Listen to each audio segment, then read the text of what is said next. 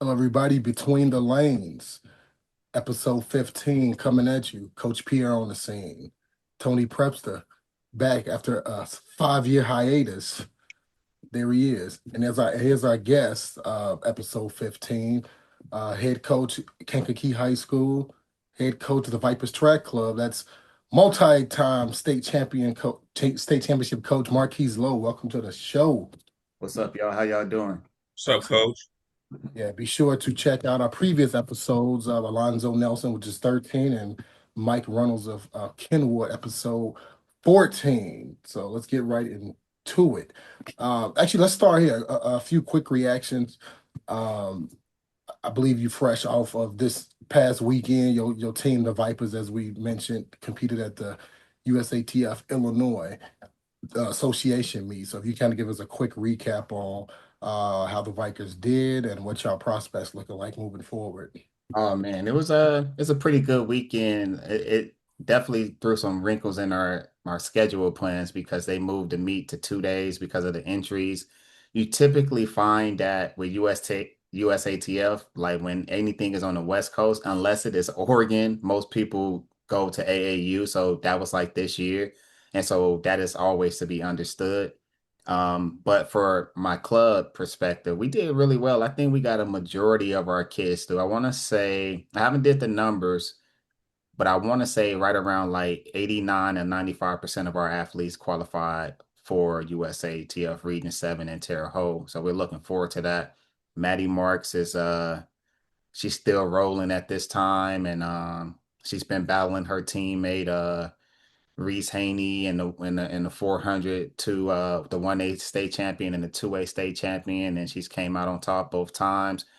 Demir Harris is rounding off his form into the 400. We're working through some things and working on some forms and stuff, and now we know exactly what we need to do to get him because he's going to have to face I think it's Ryan Haglin in the 400. He went 46 like last week. So and then another guy that beat him this weekend. So I think he's going to be okay. He'll qualify. And then, man, Jamia Esther is freaking rolling in that 15-16 division. She's out like a rocket. And like some of her videos, like she gets to the 50, it looked like she just stopped running, but she's still moving through. Um, and we got a lot of good kids. Alexander Carter, Alex Owens from Mount Zion.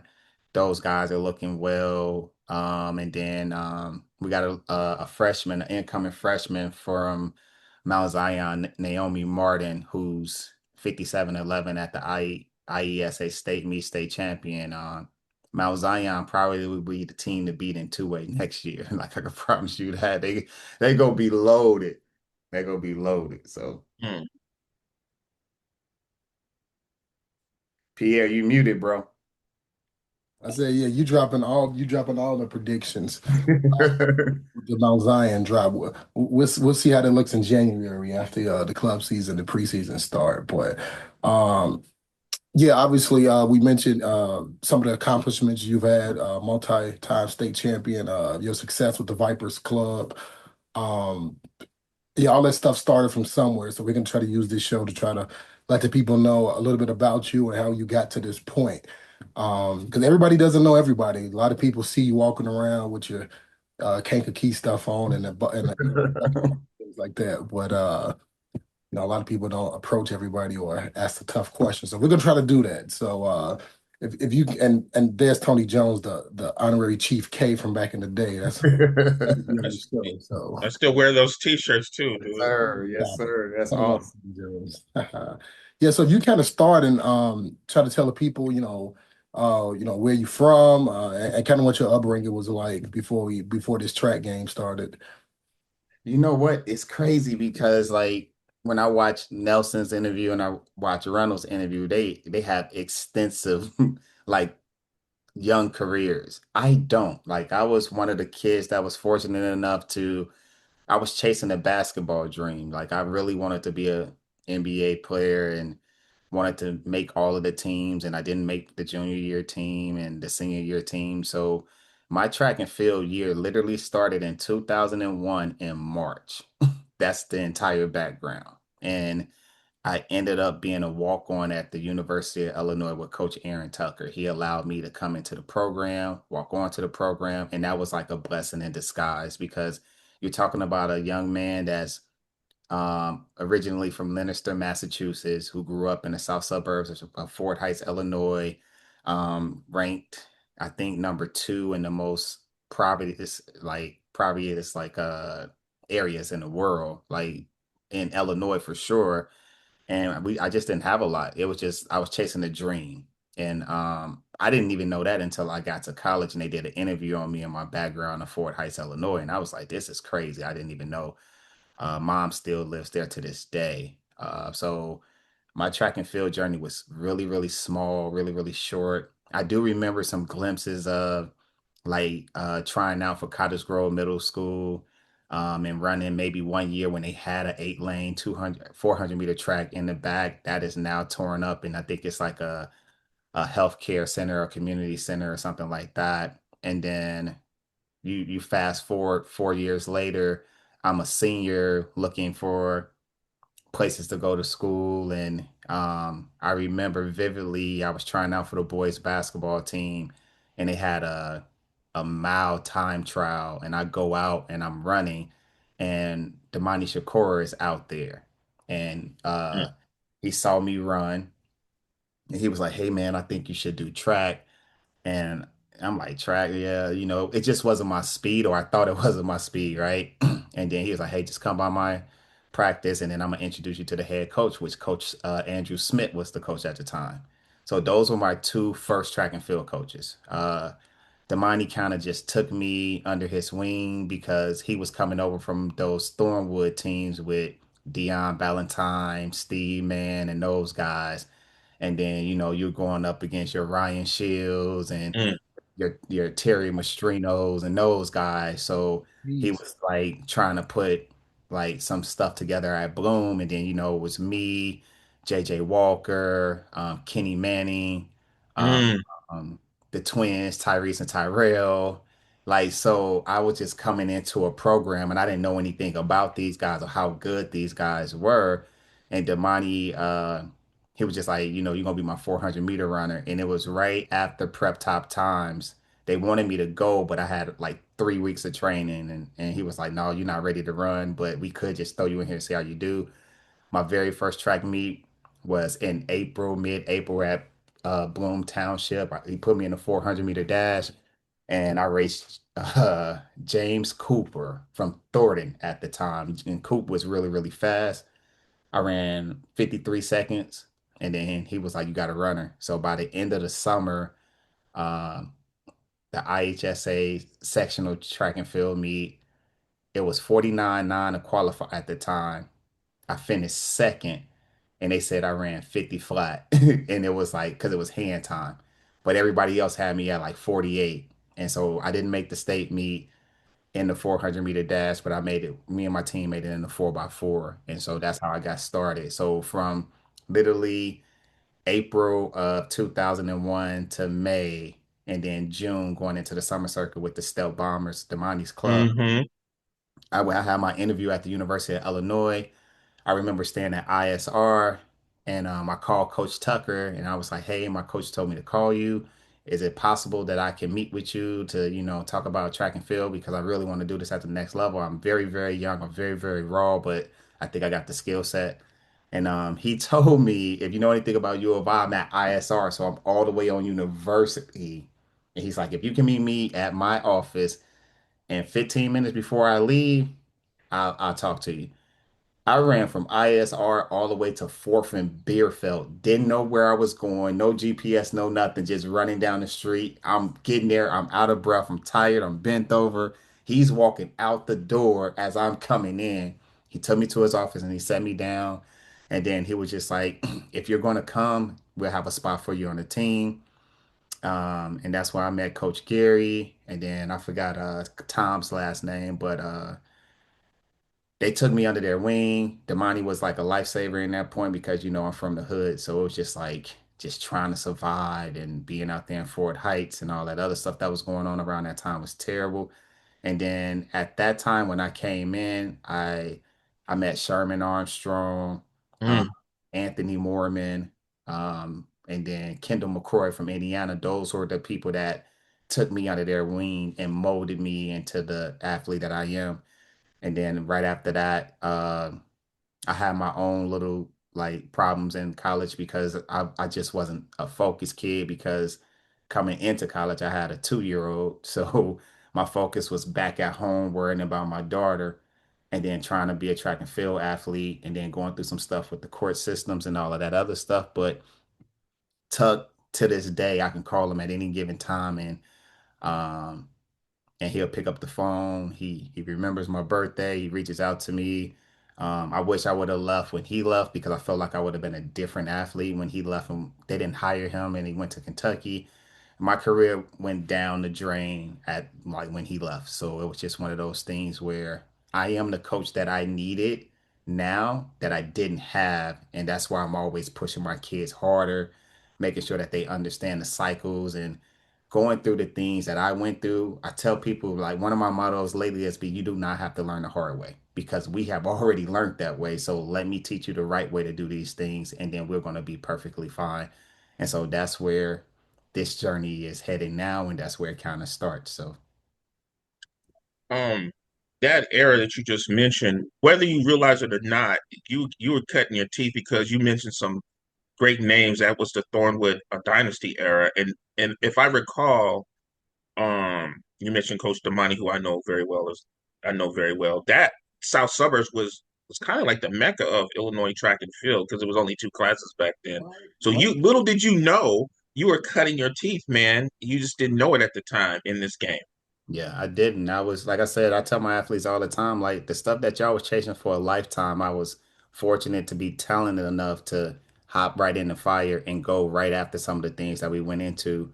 And I remember competing on the big blue track at the time. We were in the 4x4, and one of my teammates that became my teammates, I remember this guy running behind me and chasing me down because he was just super experienced, Adrian Walker from Mm-hmm. Mm. the MacArthur team. Yes, sir. And I remember running against him, trying to stay with him. I was in the lead. He came and got me. And then the next year, Tuck had me bringing him in as his recruiting person and all that other stuff. I'm like, man, this dude, like, but 6'4", long hurdle champion. You know what I'm saying? Like, so it's a blessing to like get all of those guys together. Like, we still cool to this day. Like Adrian Walker, Tony Young, who was at Rich Central, who went to Illinois, Brian Pratt, Andre English, all the way from Dayton, Ohio, Tremel Smith. You know, Mm-hmm. that class came in after me. So just to be the big brother and help them become something that they were eventually better than me, but I always just had a nick on my shoulder because I was just like, I need this. I need this to survive. And I always tell people all the time, like Illinois track and field program saved my life. So I was very fortunate to get out of a situation and be where I'm at today. And it's all because of that small little start at Bloom Trail, going to the University of Illinois and Coach Tuck and Coach Gary. Um, I am truly thankful, will forever be thankful for those guys because I don't think I would have been I don't think I would be the coach that I am right now without those guys. So yeah. Yeah, that's funny. I actually learned something you mentioned. I had no clue you was born in Massachusetts. You're a Celtics fan or something. So, You know what? That's crazy because I'm not a Celtics fan. oh, I am literally a Yankees fan, and I'm a Chicago Bulls fan by just nature, and I rooted for the Celtics that year when they won the championships, but I don't think I've ever rooted for them again. So, but oh, bandwagon. I am a Patriots fan though. Patriots and San Francisco 49ers. Those are my two teams, like die hard fans. So Yeah. yeah. Yeah, that's one thing I didn't know. I'm sure one thing Tony didn't know in that 2001 4x4, y'all actually did smack around Lane Tech. And guess who the anchor on that Lane Tech team was, Tony Jones? In 2004. 2001. Hmm. Jeff Bryant. Yes, That's right. that's right. You know what? Jeff, he split. Hey, Jeff, I remember I was mad at those guys because our leadoff ran bad. Jeff did split 49, I think, but that's interesting. I need to go back Yeah, and in the look at same that. heat. Look it up. Hmm. Jeff Bryant got rolled. Ryan got rolled by them South suburban boys, but that's not the conversation. Um, yeah, you mentioned University of Illinois. I see the stuff on the wall, a lot of Illini themes in the background. Obviously a kid from South Suburb, Ford's Heights, Bloom Township. After college, it appears you decided to stay in that central part of the state. What kind of went into that decision to, to stay central Illinois versus, coming back home and things like that? Shoot, have you ever been to Fort Heights, Illinois? Yes. That is Yes, I definitely have. not a place to come back home to. Like, I was just there for my mom's 65th birthday, and I probably stayed all of 30 minutes. Mm. It's one of those places where even though my mom stays in Sunnyfield, is what they call it, a great area in Fort Heights. Everybody knows everybody. It's one of those last close-knit communities where you walk out the street and you know your neighbors. But like when you get down the street, you can see 10 houses in a row that are boxed up, burnt down, and that is just not what that community should be doing. They should be thriving at this time. And it's been that way for years. And I've been, I know my mom is comfortable and retired with her husband and everything, and I love them to death, but I'm like, we need to get y'all up out of here. And so staying in Central Illinois, like I said, it's mainly because of the track and field program. Illinois like saved my life, like really, because everybody talk about these stories of like the street stuff and going through that stuff. Like I actually lived in that stuff, and I was not coming back to that. I just can't. I see some of my friends that I grew up with, and they just not in good health, or some of them were died or killed or whatever. And that's all at home. Like going to those funerals and all of that other stuff, like it like kind of like broke me when I was in college. It was like, yeah. And I remember my mom telling me a long time ago, if you got the opportunity to stay away, stay away. Like you can always come back home. We're always going to be here, but go and make yourself, go and be the man that I raised you to be.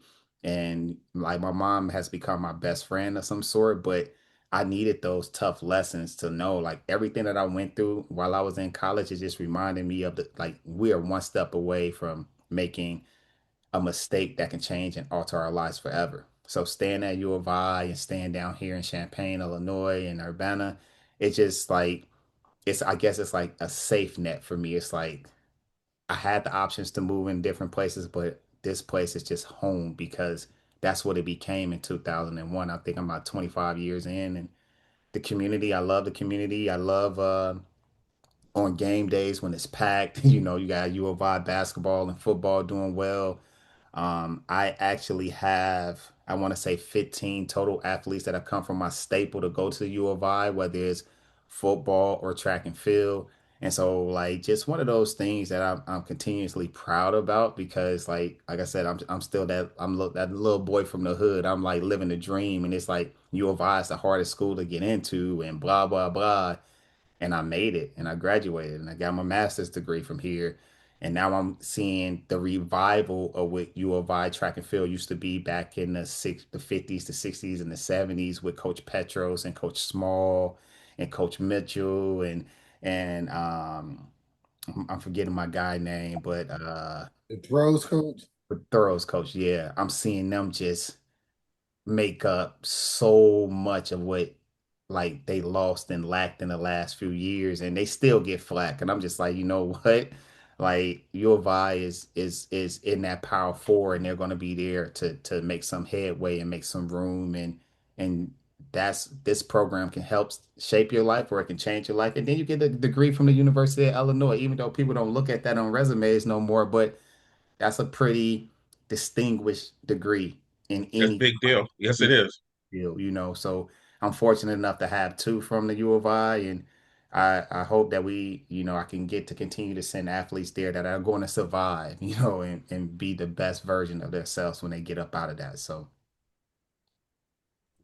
Yep. Oh, U of I. I've actually spent more time at U of I in the past 4 years than my previous years around. Just being a part of the adaptive world.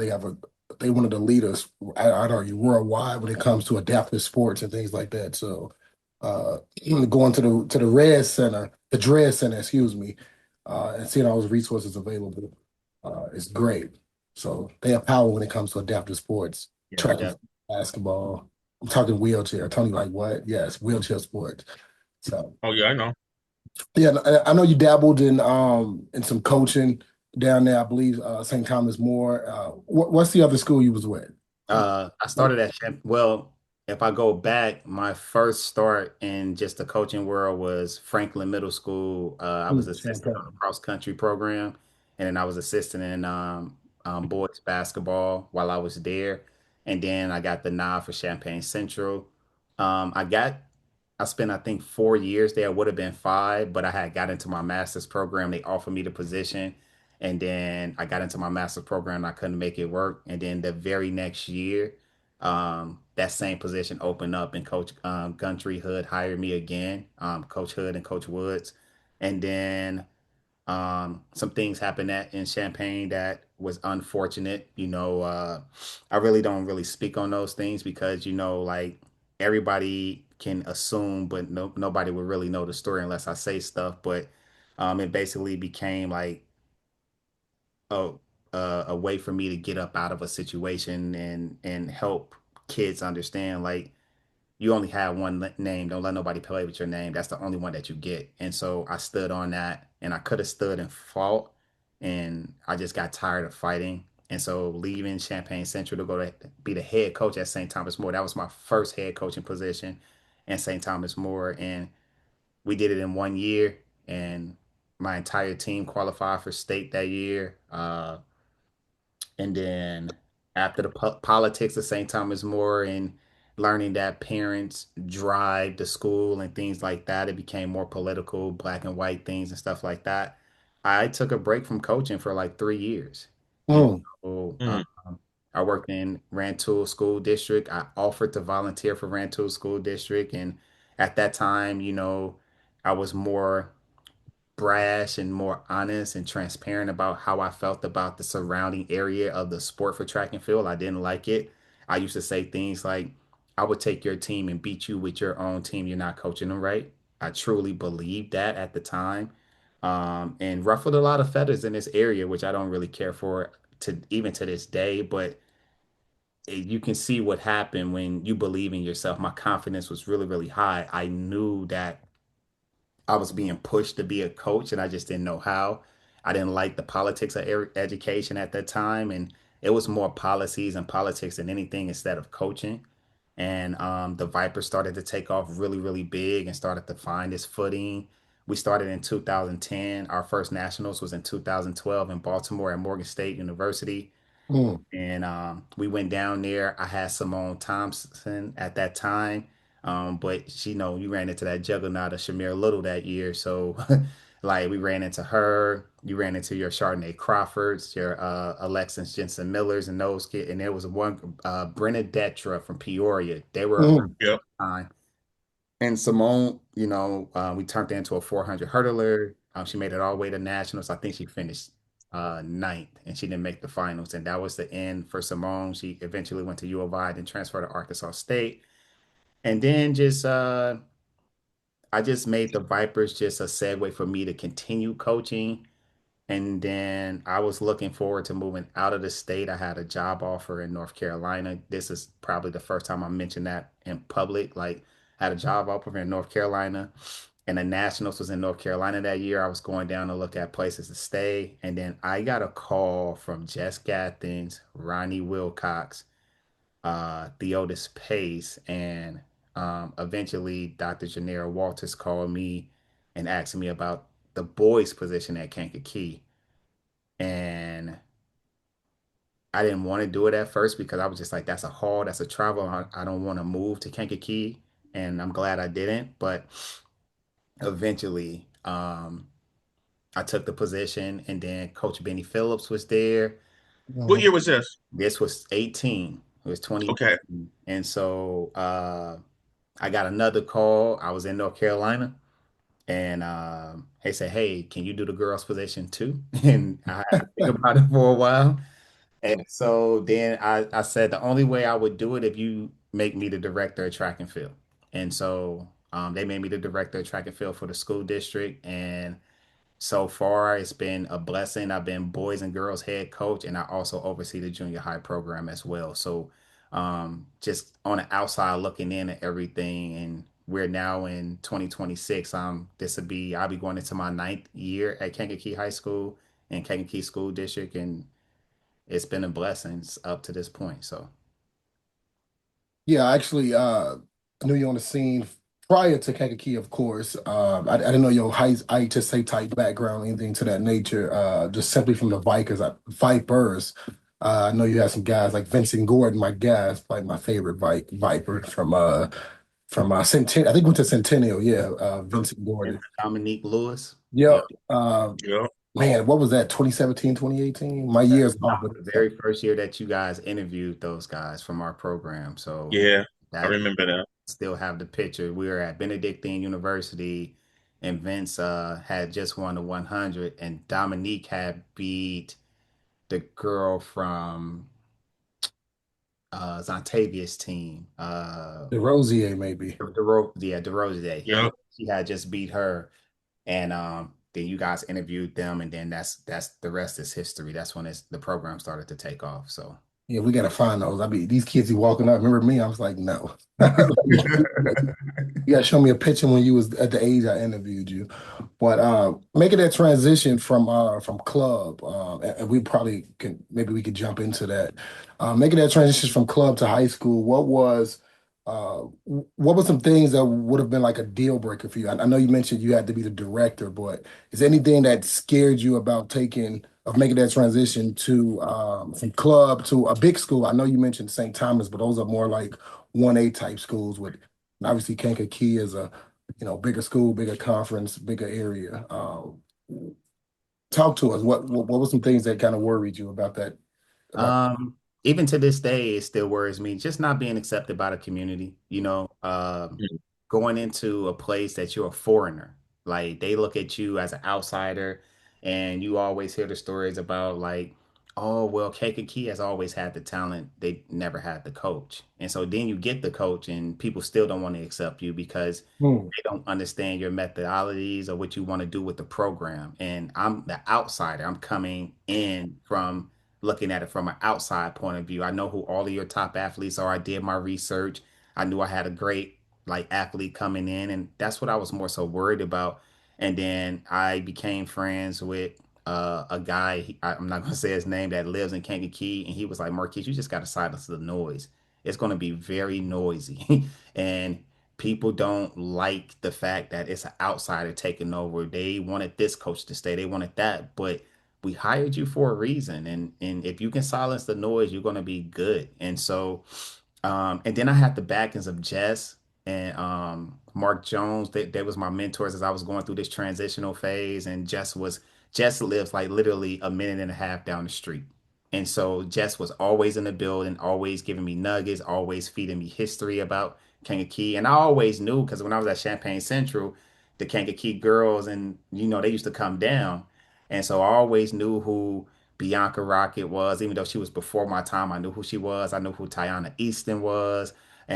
and I knew who Dominique Kemper was. I knew who those girls was. I hated seeing Peace. them because I couldn't. There was nothing that we could do about those girls at Champaign Central. So we knew who Kankakee was, and I knew that like it was like a gold mine for me just to just start over and show people why I am the way that I am and why I coach the way that I coach. And so like that first year was rocky, but and after that COVID year, I remember like, oh, we're gonna be a problem. And it took a while because I just wanted to be accepted by the community. And believe me, like I came into a hostile situation that was very toxic at the time. The community felt like the coaches should have stayed and the coaches should have been given the opportunity. But I'm like, I didn't make the call. Like they called me and I took the job. So why not just accept that person? But Kankakee is a proud community. They are very proud of their athletes, everybody that comes from the area, the coaches that come in and live in the community. I just don't live in the community, but I am a part of the community. I helped build something there that was never there before. I've taken athletes and gave them confidence so that they can go to school at the next level. Every year I've sent a kid to a track and field program since I've been there. Um, and that's the most important thing to me. Like we have a 99, all of our kids have graduated from the Kankakee out of our program, every last one of them. Mm. a lot of people can't say that about their programs. You know, you might have one, every last one of our kids, everybody that's on our roster has graduated. And I take very good pride in that. And Yeah. 8 years in a row, we have sent a kid, whether it's Power Four, Power Five at the time, to school from that community. And I enjoy that. And like my first round of kids are just graduating from college, and I love what they're doing and how they're going out into the world and making the connections. I got an athlete in my program right now. He goes to a convention, and then one of my former state champions is sitting across from me. Like, hey, do you remember Nicholas Hall? And take a picture. He's like, he's working for the program I work for, and that was the first time I talked to Nick in about 2 years. Nick was like, it's a small world that you got, this guy, and y'all sitting across the table from each other. Those connections are a lifetime. And so that's what I enjoy, despite what the community thinks and despite what people may say, like I'm there for the kids. I'm not there for any other reason but the kids. And I love what I do there. So just silencing the noise, building a team culture so that it's cohesive together and helping the community love what we are doing, that's important to me. Our first motto was change the culture. And so that's what I came in and I did. I made the track and field program one together, like you see at the collegiate levels, both boys and girls, men and women programs. And then we have a feeder program. Those athletes come up. And so one of my biggest nets for what I do is w- we won the state title three state titles with all Kankakee kids. Like they all from the community. They all grew up there. They all went to school there. They all born there. Ain't nobody transfer in and come in. We won it with those kids that were at Kankakee Junior High School, that was at the elementary schools.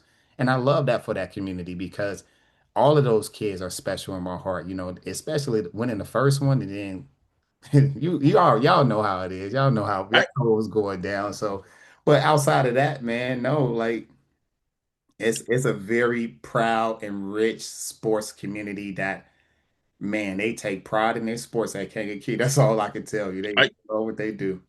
I will say this. I did get a chance to meet during I think it was COVID when they had the that middle school championship down at Bloomington High School. Those Kankakee was amazing, and I could tell he was a chef off the old block. Let me ask you this though, Coach. Is it a not a conflict of interest? Let me not say that. Is it because you're so involved with the high school program and the club program? How are you able to manage the underlings, the middle school? Or do you have a head coach that oversee? You just oversee what he does or she does? Oversee what Coach Emmanuel Jackson does. He's been there as long as I've been there. So we started out with one coach, and then the following year we switched to Coach Jackson. Coach Jackson has been there. I think this is his 8th year. Hmm. So he's been there 7 years as a head coach under me, and we get along very, very well. Like typically, I do my best to just stay out of it. And if they need anything, advice, we have meetings like monthly meetings where we meet up and then we talk about what the direction I want the program to go in.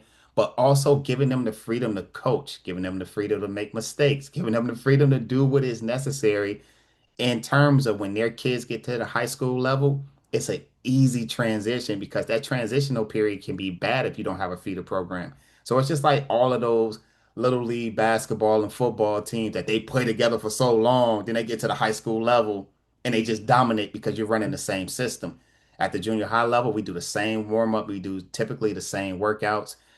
They have access to use the track after like the varsity sports are done if they so choose to do so. But we get a little bit of flack of that because it's later in the day and people are like, "Oh, you guys can split the track." No, you can't when you have soccer balls flying around. We don't give enough credit to our Special Olympics team. They also have to use the track, and then you got your both boys and girls practicing at the same time. And so you got to go after us and things like that. But it's not really hard because I give them the freedom to do what they need to do. And then if I have to step in into a situation, I will step in, but I will always let Coach Jackson do his thing no matter what because we got kids feeding into our program, and that's where you see your Jayon Morrows, your Hmm. Nevaeh Lowe's, Naomi Bay Osborne, Trinity Noble, DeMariana Tools. Those kids come from that bottom program, and they came up and they fit right into what we were doing because it was an easy transition. And so when you from like when you look at it from afar, you're like, man, where are these kids coming from? A lot of people don't know J.R. Morrow was one in the eight. Like so came in Mm. like I think he finished second in the 800 that year, and then came back and finished like second in the 100. It was just like it's two totally different types of people, and so it's just one of those things that they're filtering in, and that's all I want for our program is like, hey, run the systems that we are running so we all can be successful. And then if I see something that I don't understand or I don't like, I'll take it up with the head coach. And then if I got to talk to the assistants, I talk to the assistants and make sure that everybody's doing well and we're all on the same page. And it's been rough, but so far so good. Not nothing that's going to question like, hey, what are you doing? But also making sure that they understand that we have to move forward together for track and field as a whole, just like basketball or football or volleyball. It has to work as a whole, and everybody has to work together. And so far so good. Yeah, you mentioned obviously coming to Kankakee and some of the other past coaches we've had on the show talked about culture. Um, how difficult was it to change the culture for you within the track program? You know, teaching kids how to maybe warm up differently and academics. Like, what kind of resistance did you get from the athletes? I'm sure something may have came from parents. Can you talk about the culture change at Kankakee? Yeah, our first motto was definitely change the coaches. Like you got to change the mindset of the entire program. Like even from the coaches that I hired to letting go of a few coaches that I had to let go. It wasn't the most favorable thing to do, but at the same time, I knew what the program needed. We got a lot of resistance, especially with a lot of the kids that I first started with, but you had a few that just believed in what we were doing. And those four kids that graduated that year, they all went to college. Mm. We even had a kid from an alternative program that had never ran track before in his life, came in his senior year, and we had a coach that was willing to take an opportunity and give him a chance to go down and compete in college, even if it was for 1 year. We got him out of the community to do well, and so there's always resistance with change, right? And a lot of people don't understand that leadership is hard. Stepping into a foreign position, you're not from the community, you don't know nothing about the community. You're just going in to coach. That's all I wanted to do was coach. And for me, I'm just like change the culture is the first model. And then the second model was respect the culture. So my first 4 years was all about the culture. Like the culture of our program is going to be our identity. No matter what happens, our identity is building a culture around what we need to build it around. Because what people don't understand about Kankakee, they talk about basketball and football all the time. Track and field is the heart and soul of that community. No matter Mm. what, they have the most individual state champions. They have the most higher finishes in the state championship era, boys or girls. And then they have the only trophies that are championship trophies in track and field. So I tell people all the time, like, and they got a Hall of Fame coach, um, Teresa Bogard, who's a Hall of Fame Hmm. coach Yep. key. I know, Coach. So Kankakee track and field is the heart and soul of that community. Everybody loves the money revenue sports, basketball, football. They love that. But when you go to that community and you talk to anybody about track and field, oh, they light up. They be like, oh yeah, I remember when this happened. I remember when we were this good and that. And then their rivals in that time with Bishop Mack and the Irish Relays or St. Anne and their championship teams and stuff like that. That's very powerful in that area. So, like our first motto was change the culture. Come in, change the culture. The next motto was respect the culture. The respect starts within the program, and then it filters out into the school and the community. And then the third one was I am the culture. Now we have built this culture, we've changed it, you respect it. So now you are a part of this culture that we're pushing out into what we are doing. And then that fourth year was fear the culture. And that was the COVID year. I believe that my COVID team was going to place at the state championship. We were that loaded, boys and girls. We were that deep. And that was my biggest team. We lost 22 seniors in that year. And it was Mm. the very, very first time where all of the football athletes came after the season. And I was like, oh man, we ain't never had this much talent in this room. Everybody fighting for spots. The girls were really, really good and dominant. And then COVID hit, and I was heartbroken for every last one of them because I don't think, even though they all graduated, I may have sent one or two kids to college that year, but I know for a fact that I had about 10 to 15 that needed the opportunity to run, but they had never ran track before. And Was that that meet you're talking about, that time period, was that at the Gene Armor? Was that the last meet that you guys ran? Were you was No, like we were going into the rental meet and yes. they shut us down, I right? think I was, yeah. And I swear to God, I kid you not. We were going into that meet and we were going to that meet hot. Everybody was ready. And we training in the hallway. So we were just ready to let them go. And so we Mm, had so many good kids, so many jumpers. And Quay Altman came out and he was just a talent that nobody knew like what he was going to do. And they shut us down. And I was like, crap. But the good thing about it is Jayon Morrow was up in that next year. Jair Hill was there. And then Altman was coming back for his senior year. And I was like, it's go time. And so that's when everything started for me as like the championships phase that started to happen for Kankakee. Yeah, I mm, actually agree with that. Tony Jones, our first look at them was they came to my South Side meets at St. Rita. We was the only ones to host meets in the city. So, I'd argue that started a lot of teams. Obviously, that Kankakee team, I remember Quavon Altman. Yep. My guy actually yep, gave me 100. I remember that. He came in, we were yep. talking. I said, we got something for you, whoever you are. Yeah, I, you was a I remember problem all those because guys. Him, yeah, ooh, J.R. Moore, I believe Nevaeh Lowe on the girls' side was on that team. So yes, I'd argue those 2021 Southside meets jump-started a lot of programs. If you look at Kenwood was there, South Shore, these are trophy teams the next year or the year after. So Definitely. yeah. Definitely the beginning. Real quick, the Kankakee, obviously it's a few middle schools there.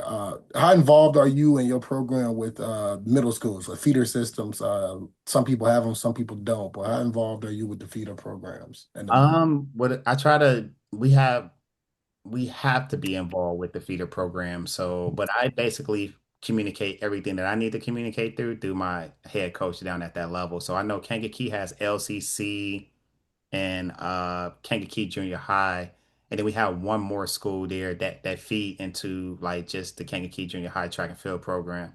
And so what I do is I show up to one meeting and I introduce myself. I go over some of the things that they do at the high school level. And with the resistance from the parents, I always tell parents like we have one meeting at the high school level. That is the only time that I'm going to meet with you because we're trying to prepare your kids for the next level. We have this one meeting. They don't even get that meeting in college. So Hmm. you go to college, once you sign that line, parents, we're not talking to you no more. Like we are mm, focused strictly on the kids. So we have our one parents meeting.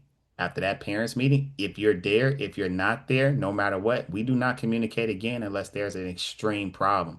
And some parents will reach out and want to talk, but I do not give out my phone number.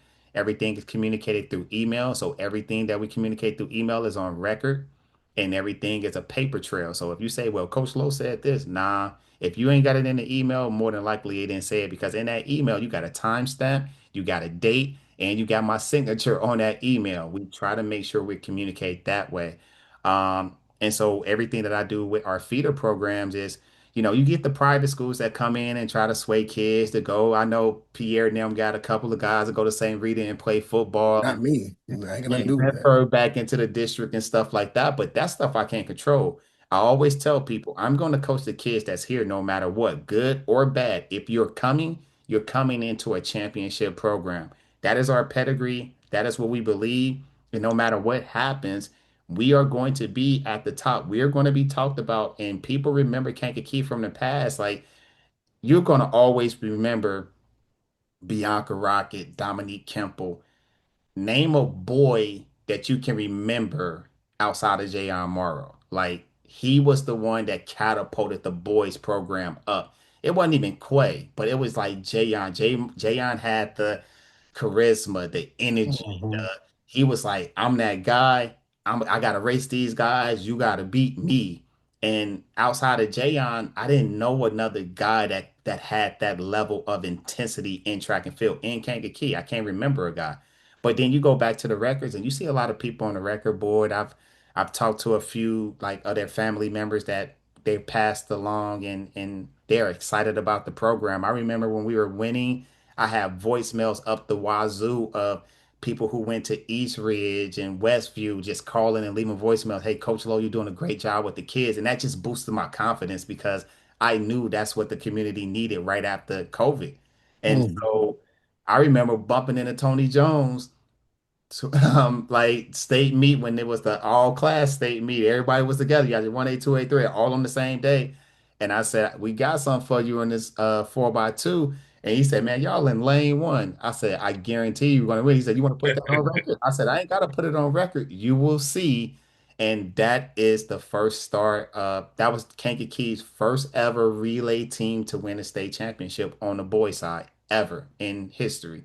And so that catapulted those boys to next year because even though we lost Quay, Jayon Morrow came back, Jair came back for his junior year, and then it was like, holy crap, like we got a team and we got two studs, and then that's when all of the mouth split stuff started coming around, and Jayon was like, I think number two in the rankings, and Jair was right under him when y'all used to do the individual athletes, like who can come and change a program. Those were my two guys, and I love that for them because I talk to Jair all the time, doing great things for the community, trying to get Jayon back on track a little bit. And it's been a blessing just watching them. Like Jair's a national champion for the University of Michigan, and we always talk about his track and field stuff. Like Damn, yeah. should have did both. And like I got his jersey back here. I haven't hung it on the wall yet. It might burn down next to my Illinois stuff. That Michigan Illinois rivalry is real, but he the only kid I root for at the University of Michigan, man. But that's my guy. So, but yeah, man, that's how we do things for sure. Yeah, you obviously you mentioned 2021 started some things. The next year, 2022, the boys and girls Yeah. win state titles. Outside of maybe East St. Louis, I can't think of that happening off the top of my head, but um, yeah, that's pretty impressive. So number one, if you can, tell me about that 2022 year and how the community kind of rallied around for these titles, number one. And number two, what challenges do you face when it comes to coaching both programs? We know from a state standpoint with the sectional state crossover could be one, but can you kind of give us some insight on what challenges you face in addition to this 2022 year where both teams won the titles, as we all know? As interesting as it was, our our major challenge was just finding meets that were co-ed and not having many of those meets in the state. It was like time to create those meets for Kankakee. So that's what I started doing. I'm like, hey, we have to be able to go to the same meet, or the meet doesn't have to line up at the same time the girls have a meet or the boys have a meet, and then we're spreading ourselves thin. Uh, I think one of the things that I did was like realizing that I started reaching out to schools that had dual track and field programs. And I'm like, hey, indoor season is amazing because everybody's co-ed. It's like everybody's going to the same meets. Outdoor season, I just found like the meets that we can go to that were co-ed. So you had um, the Jackie Joyner Kersey meet. We'll go every other year, not every year, because that is a haul. You got to pay for that. You got to stay. And then we have our Kankakee co-ed invite. And then Herscher has a co-ed invite. Urbana, I think this year is going to start having a co-ed invite, and Central has a co-ed invite. The one thing that I did with our track and field schedule is I looked at all of the dates. And I say, we keep preaching this Division One, Power Five, Power Four stuff. Why are we competing on Monday, Tuesday, Wednesday? I'm like, my team ain't that big. So what I need to do is find the meets that are going to make sense. We're going to load up during indoor season, and then outdoor season, all our meets are going to be on the weekends. So we might do a Friday or a Saturday, but it's very rare where you will see us do a Monday, Tuesday, or Wednesday unless it's a conference championship or sectionals. And we get in, I want to say 5 to 6 meets, and we're perfectly fine. And our program is all varsity. Like we don't have a lower level. And then if they offer a lower level, we give those kids an opportunity to run. And so that's the best way that I can describe it. But I then start looking at other models and other teams. I'm like, hey, if we get even bigger, then we could do different things. But I felt like how I train for the indoor season is we are running so much in the indoor season. I could take the outdoor season off a little bit, put my gunners where they need to go, get them in the right fields, and then make sure that they're competing at a high level. So when they go to those meets, like they're ready to go. So indoor season, we will see Kenwood, HF, and we not backing down from the competition. It's like, hey, y'all got to race these cats no matter what. And when you see them, The goal is to destroy them. It's not to give them confidence. And the one thing like about Jayon and Naomi, that's their mindset. Like, we know we're not scared of these people. We're going up to Chicago. We know who we got to see. We know who we got to race. We know we got to see a Mariah Robinson when she was at freaking Simeon Mhm. and all those girls. And, even down here in Central Illinois, and Ince when she was at Normal Community. We knew we were not dodging anybody. So we just wanted to Mm-mm. make sure that we raced everybody. So when our moment came, we knew that we would be prepared for it. And if you go back and you watch any of those videos from that um our first state title in 2022 on the girl side, if you look at any of those relays that got through, they were shutting down with 60 meters left because that's what I told him to do. I said, nobody's going to be by you. If somebody is by you, you push it to the end. But we got to get to the next day and we got to get it survive in advance. You say it all the time, Pierre, survive in advance. And I'm like, I know that your body can hold up, but I want you to be fresh. Go and look at Naomi's like 400 qualifier round. The girl shut down with 100 meters left to go and still ran like 57 seconds. I was like, oh my God, she's ready to catapult to the next level. 4x2, 4x1s, all the same thing. 4x4s. Like Naomi jogged around the track in that 4x4, and we just put it through just so we can get it through. I made a switch on the girl side for the relays. Even in the boys, Jair made it in the 200. I pulled him out of the 200 just in case we got in trouble so that 4x4 can get through because I knew that was going to be a stronger one. And I knew Jayon was in 3 events and he was hoping to win all three or at least win one or two, but at least finishing second got us all of the points that we needed. And so it's just managing what you have and not trying to overdo it because track and field can become oversaturated. You got kids running 40, 50 races in a season, and that's not good for their body. Those kids are not built like we are built. We were built like built for it tough. Like we are going to last. You can put us in 4 events and then we ready to run again on Monday. Nah, Hmm. like those kids ain't built like that. You get a hard workout. They passed out on the track. They're dying. And like coaching education is out there. So you just have to do what's best for the kids. And so Right. in that year for me, that's what I wanted to do. I shrunk our schedule from like 27 meets to like 18. I think the max is what, 21. And I was like, if we get close to that number, cool. And then the little meets that I started pulling kids out of, I just wanted to see them do different stuff. So I pull them out of the smaller meets and prepare them for the next meet. And so it worked for us. And we still use that formula to this day.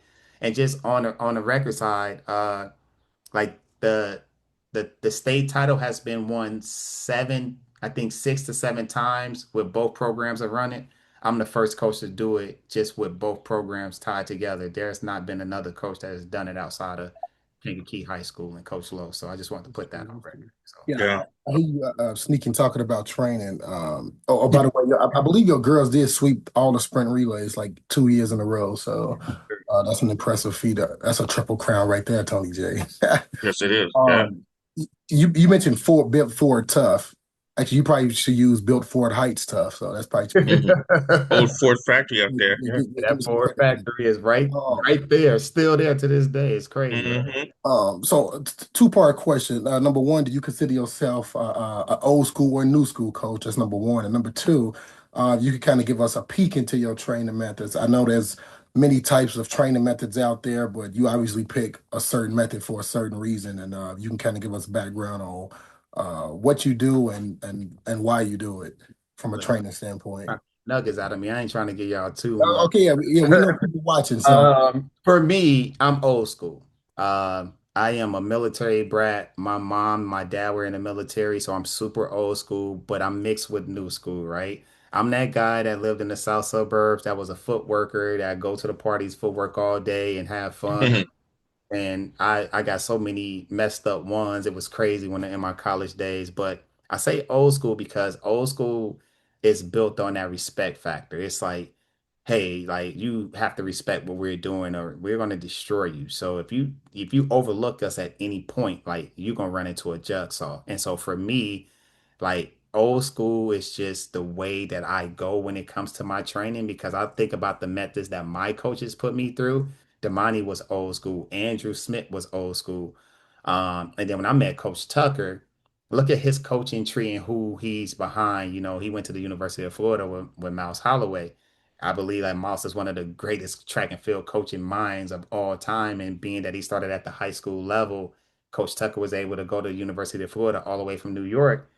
That's all of my coaching methods are from that guy. And I'm like, Mm, Coach Tucker's coaching message is from him from Mouse. And so our warm up, University of Florida style, everything that we do is from Coach Holloway and Coach Tucker. And why break something? Like they say, if it ain't broke, don't fix it, right? So for me, I've been doing the same warm up since college and high school, but I removed some of the things out of the warm up because nowadays you don't have to do those things. And in high school, you don't have all of the time. Like you got about an hour and a half to 2 hour window.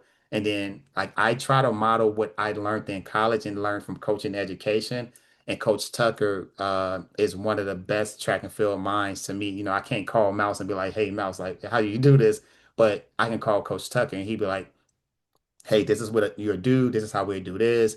And then I would just put it in for a high school kid and I'll make it work. And then when Coach Tucker was at the University of Kentucky, my teammate and my roommate Andre English was on his staff, and so I started borrowing stuff from him. And then Tremel Smith became a coach, and I started borrowing my distance stuff from him.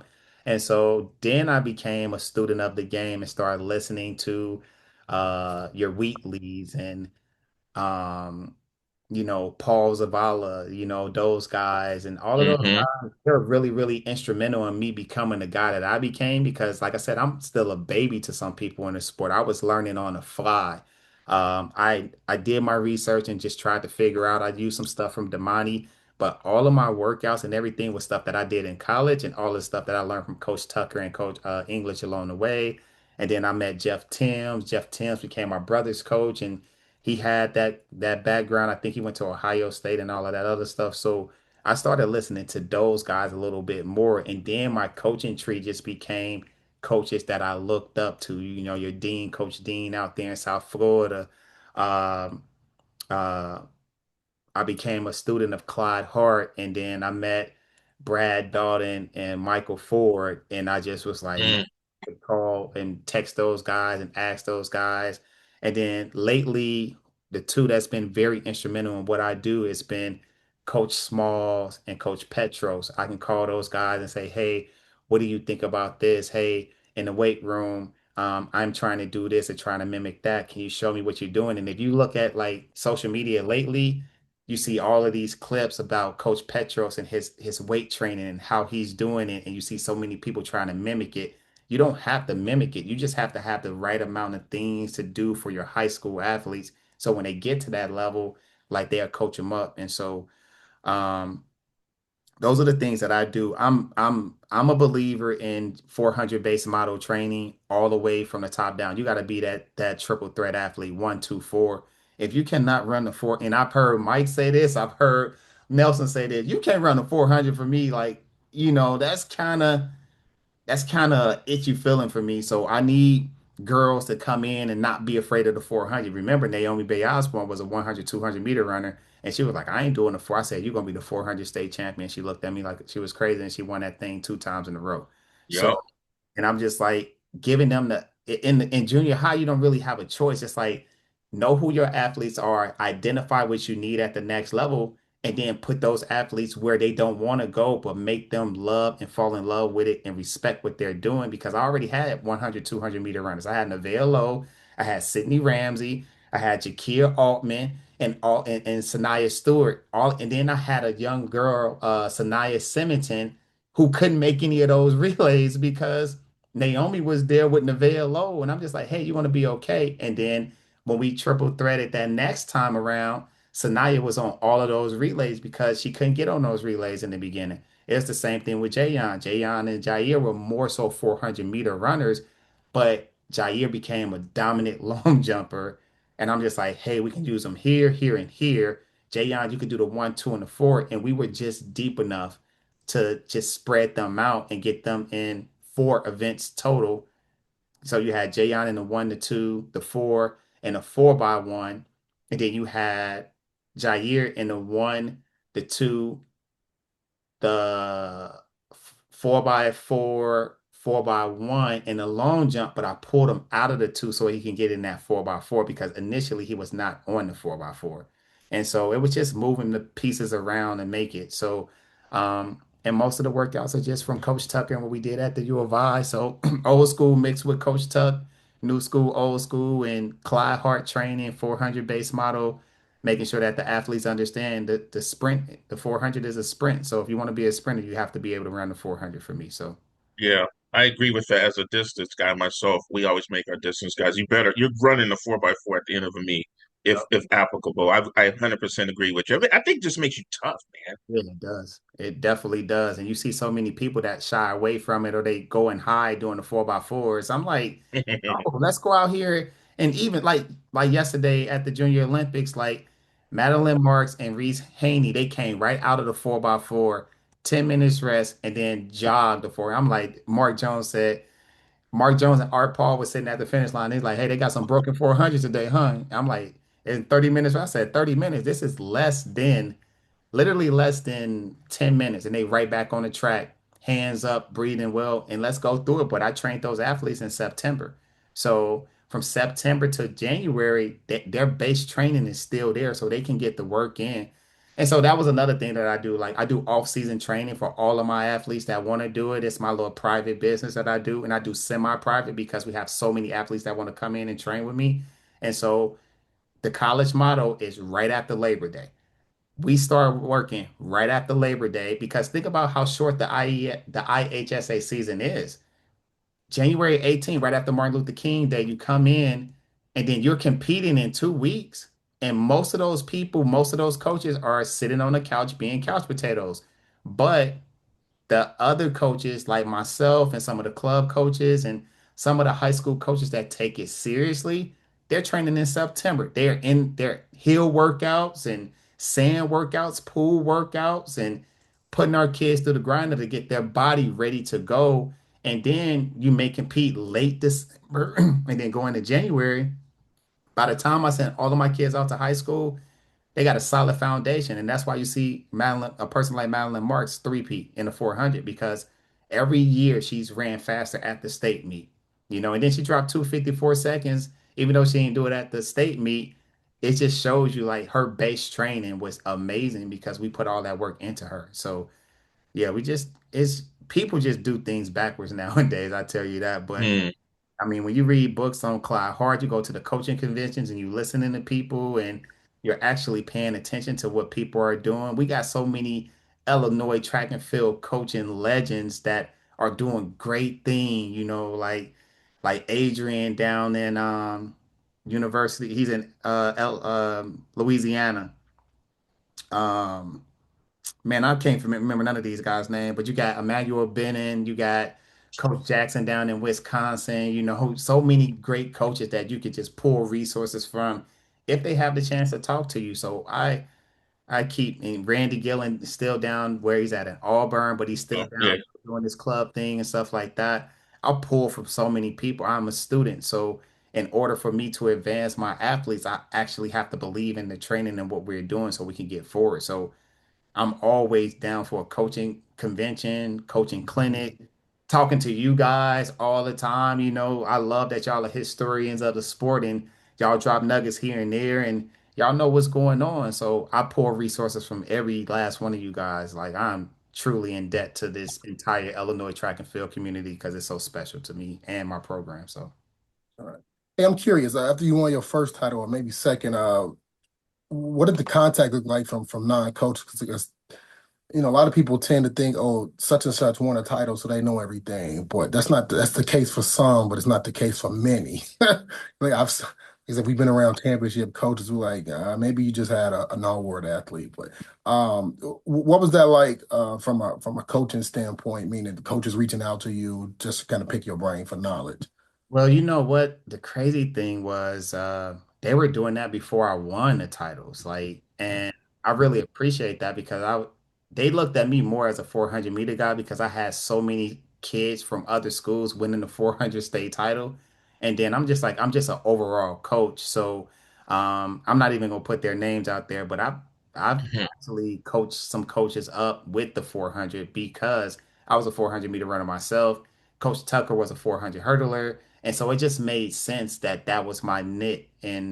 But everybody that I pour resources from, either they pour back into me or I would have to pour back into a younger coach. So like one of the coaches that I'm helping right now is at HF and Coach Matt Anue. And I love Mm-hmm. having conversations with him about, hey, I would do this. Hey, I wouldn't do this. Hey, don't go this way. Hey, do this. And he don't have to listen, but he listens. But we got so many good coaches on the summer circuit. Man, I'm always in art when I see Calhoun still coming out and working for USA Track and Field, Art Paul, Gennaro Rainey, all the officials, Mark Jones, Brenda Kimmerow, Lorette Cherry, all of these people are pillars into our sport. So you get to just, hey, even if you ask them one question and take that question far, and then look at all of those coaches that come from that tree, Monica Dawson, Calhoun, Boatwright. These are legends in our sport that people like when we see them, we like, oh, those are great coaches. And um, the coaches that reach out to me even to this day, like my phone has been ringing nonstop. It's just if I can give you something that's going to help you advance, that's what I want to do. Even with like my coaches at Kankakee, I'm like, I'm not a know-it-all. Just ask me the question. And if you feel like you go somewhere else and get it, go somewhere else and get it. But the formula works if you follow the formula. Too many people want to learn the hard way. And so when you're learning the hard way, that athlete either ends up injured, that athlete doesn't get to the next level, that athlete either breaks down at the end of the meets and then you look at it and then you have too many coaches fighting the club coaches to make their athletes and all that other stuff. I'm like, hey, the club coaches are the ones that's making a sacrifice in September while you're sitting on the couch or you're doing another sport. So me, even though I picked up flag football, I'm still a club coach. Like I started with clubs before anything. So my athletes get the best of both worlds. The one thing that's special about Kankakee is I was able to build a site in Kankakee and bring them down to Champaign and show them a bigger world of what we are doing overall as an Argent theme. And now we get athletes that come from each direction, and we have coaches that come from each direction. So when a Bar Montgomery be like, "I love you, young man, keep doing the work," I'm like, "Shoot, I looked up to you. Like I was looking up to you and the coaches that y'all when y'all had the Chardonnay Crawfords and y'all was out here kicking everybody's butts and stuff like Mm-hmm. that." And the Evanston coach, like all of those guys, like so I'll talk to those, or when I run into Malloy or Millsap and we're having these great conversations. So I talk to like all of the younger guys or people who I thought were young, and I think I'm the youngest out of the group. It's like so you got your Pierres, you got Coach Green, you got Wallace and Coop, and then Mike. I love all of those guys. And then I still pull resources from Damani and Mm-hmm. Coach Smith and Jeff Timms and Steve Shelley and all of those guys. And so it's good being able to say, hey, like we're doing a coaching clinic. Do you want to come? And all of these coaches will come down for the coaches clinic. And then you have so many coaches around the world that are coming to Kankakee, Illinois. Like from everywhere. You know what I'm saying? So it's a blessing. I love it with everything that I got, and I love giving back, especially to the young coaches. So case in point, Madeline Marks, her head coach left, brand new You, coaching staff, and you, and Coach you, Martin, yeah, what I yeah. was going to ask you was, since we're talking about the club and stuff, how much pride do you take in athletes from other schools doing well? For example, we didn't mention them earlier, like Jackson Gilbert, who was a state champion, actually beat your son, quote unquote, Morrow at the state championship, I believe. Both ran in the 47s.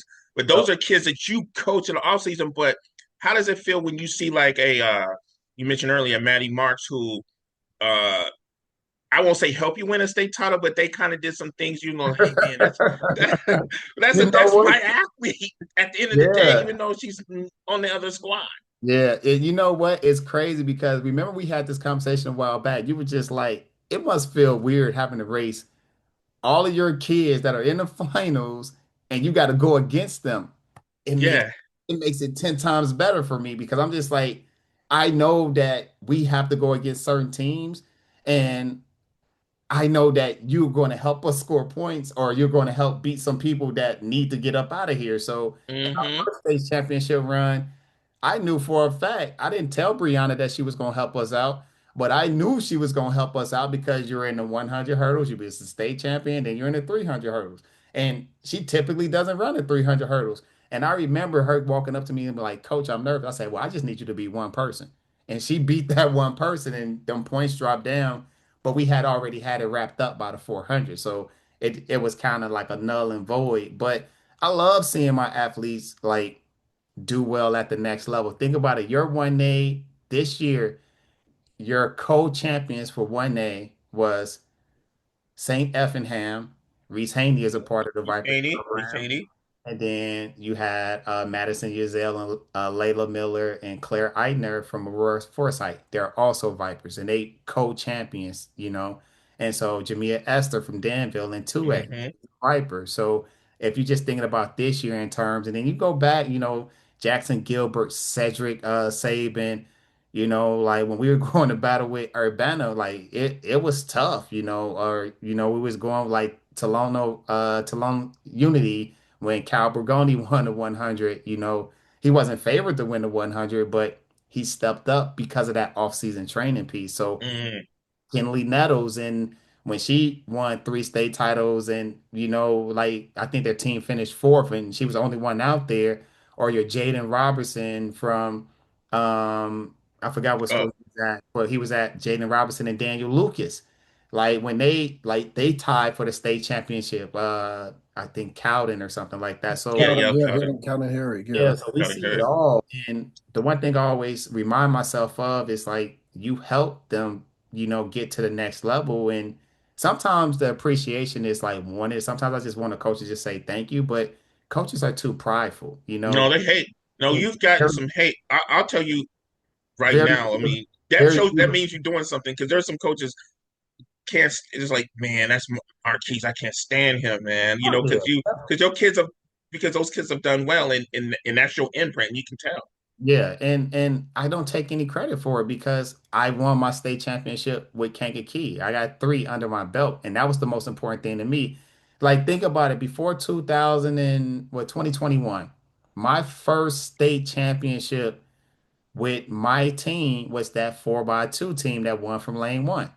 But think about everybody that came before them. Kinley Nettles, she won state championships. Cal Bagoni won.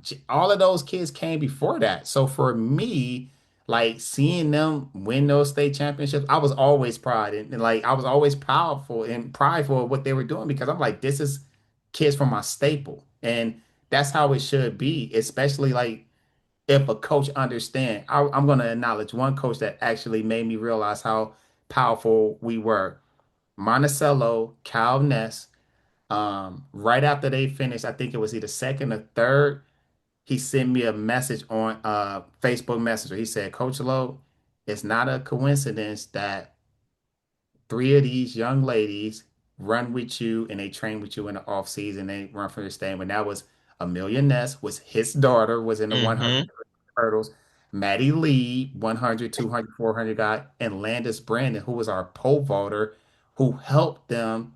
And then Chloe Clark in the throws. For him to reach out and say that in his moment, it was like directly after they won. It made me feel I was super proud. I was like, man, I'm beaming because who takes the time to recognize something that you've done and they actually appreciate what you did for their program. And I can't take credit for what they did during the season, but I know what we did from September to January. I know That's what we were doing. We were in those hills, we was in those pools, we was in them grass, we was at the University of Illinois Armory training kids. And sometimes it's just me by myself, you know, until I just develop my staff and seeing all of those people be state champions. And I'm working on something right now where I'm going to show the history of the Vipers Track Club and what we have done and the state championship wall and stuff like that. I am working on that because we have so many athletes from IESA, IHSA, like the year that Gibson City Medley won that, Aiden Laurie was a part of that team,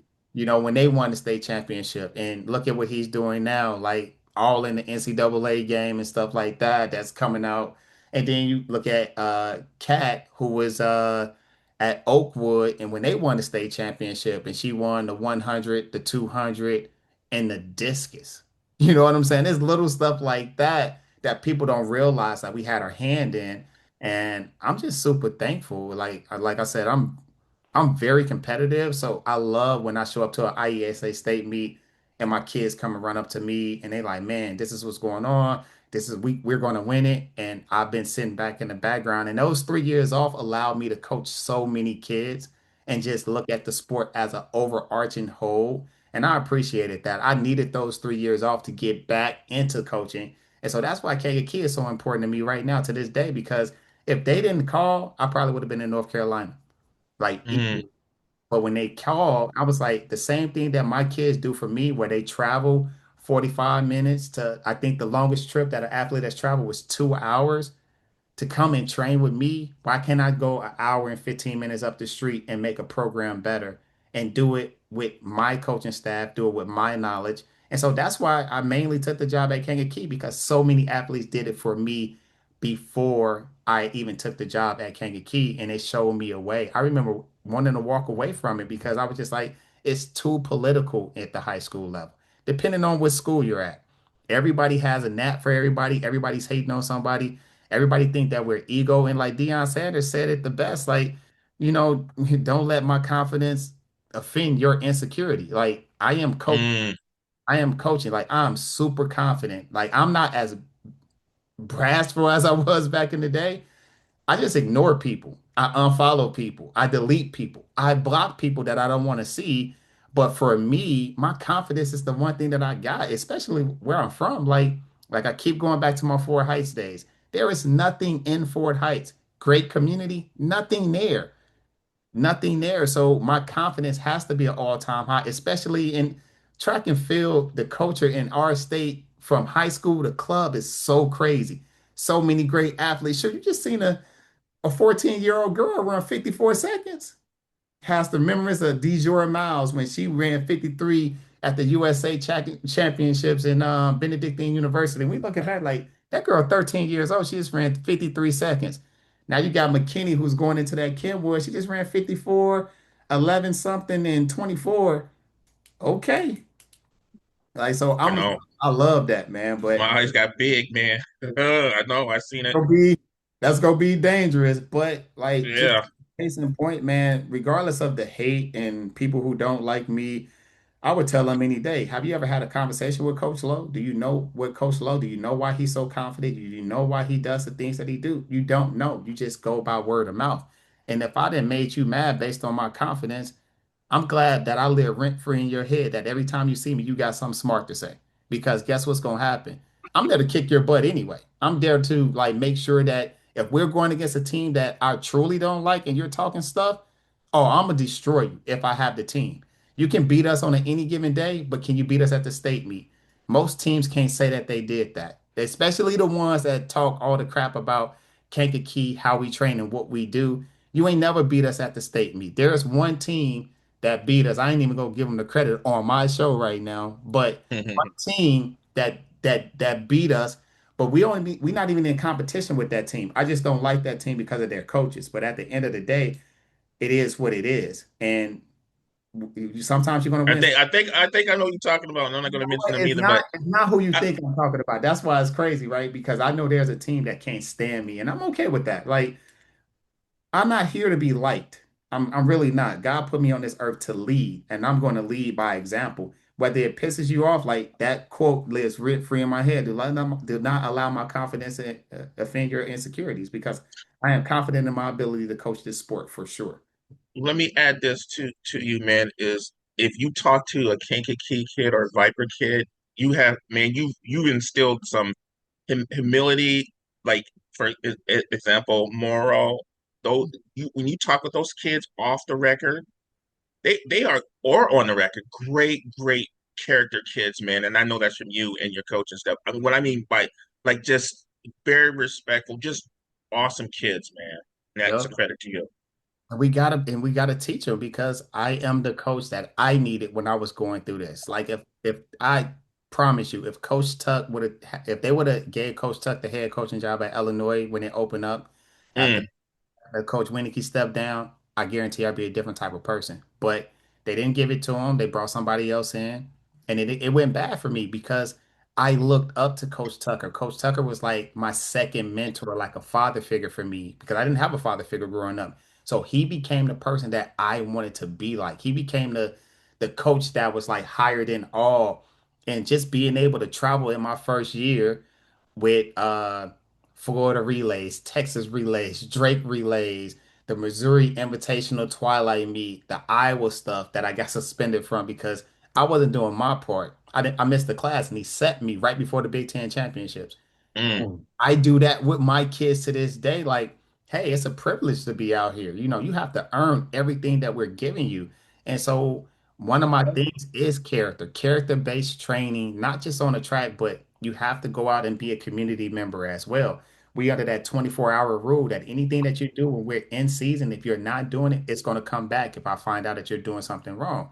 So, trust, integrity, holding yourself accountable but also respecting the team and respecting the sport. We got too many kids that don't do that nowadays. Like, and I'm just that person. That's how I start. Like, respect all, fear none. We respect every last team, every program, every coach out here. If we go to a track meet and I find out that you said something wrong to an official, I'm killing you the next day because I know for a fact that the officials that you work with, we see them all the time. Like Miss Cherry gonna tell on you, you down there cursing, you're down there not doing your job. Hey, coach, Sure is. they showed up late and we let them run anyway. You know how Miss Cherry get, and I love her for that.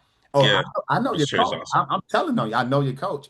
But just all of the people that we make those relationships with, like I want those kids to go out and be better than me. I want those kids to go out and be better athletes, better people than me. And I feel like I'm just coming, I just turned 43 years old. I feel like I'm just coming into a prime season where like I'm in reset mode, but I'm about to be rejuvenated because all of my kids are going and doing great things in the world. So I love that for them. I love seeing them on the scene. Look at what Reese Curtis did at Illinois State. Like, who would have thought Yeah, he'd go 20.8, 10.2, even though it's still what it is. You know what I'm saying? Love that for him. And I love seeing them grow. Brianna Dixon, you know, what she did as her freshman year at SEMO and all of those kids. yeah, I love seeing that. And we have so many athletes that are doing great things at the next level, and that's what we have to instill in our kids today, no doubt. Yeah, a few quick rapid fire type questions.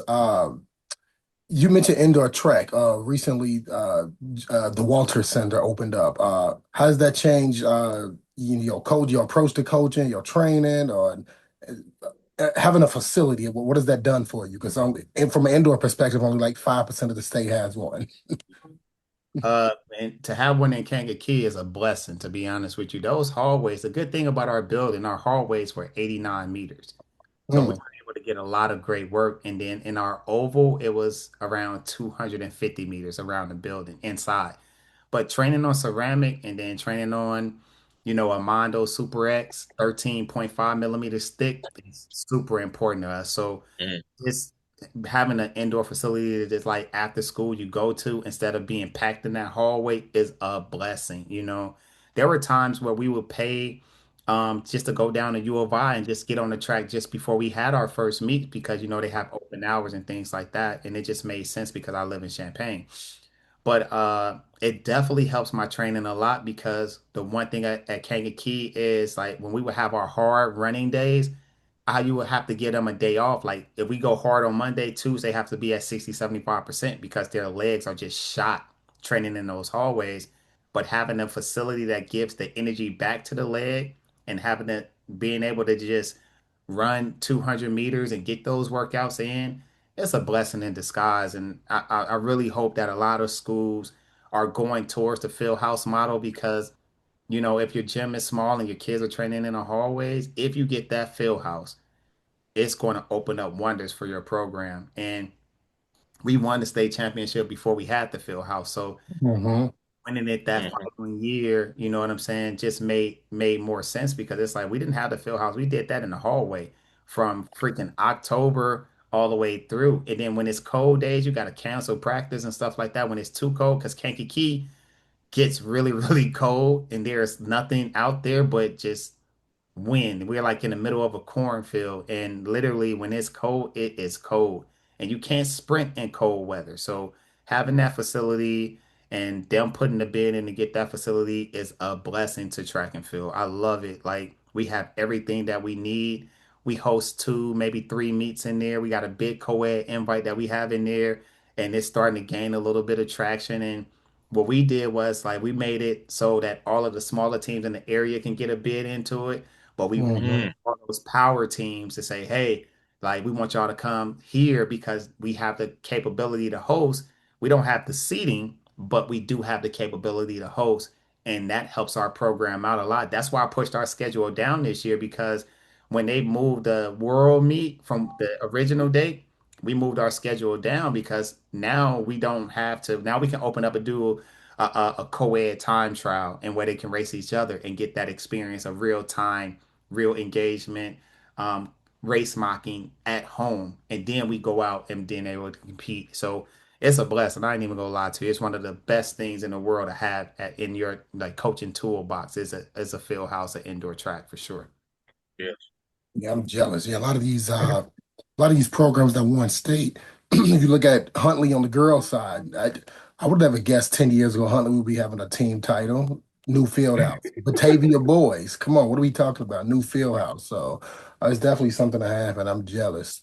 I don't think I'll have one in my coaching career. I'm a low level assistant these days. No, you need to learn. Hey, you need to learn how to do lane tech weather, man. No, you Get can have outside it. in that cold and run.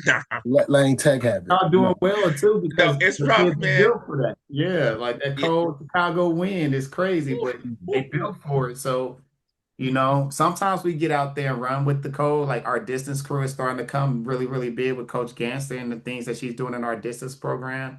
And we got some major throwers coming up with Coach Ruffin. Like the past few years, we've had the IESA throwers champion. And like this year, we get another guy that's coming up from, Coach Bender and Ruffin. But that all starts with Coach Jackson at the junior high level. So we're doing the best that we can to feed into these kids that are really doing the sport and really engage in the sport. So yeah, that I can't I don't when I see y'all running outside, I'll be like, man, this is a blessing.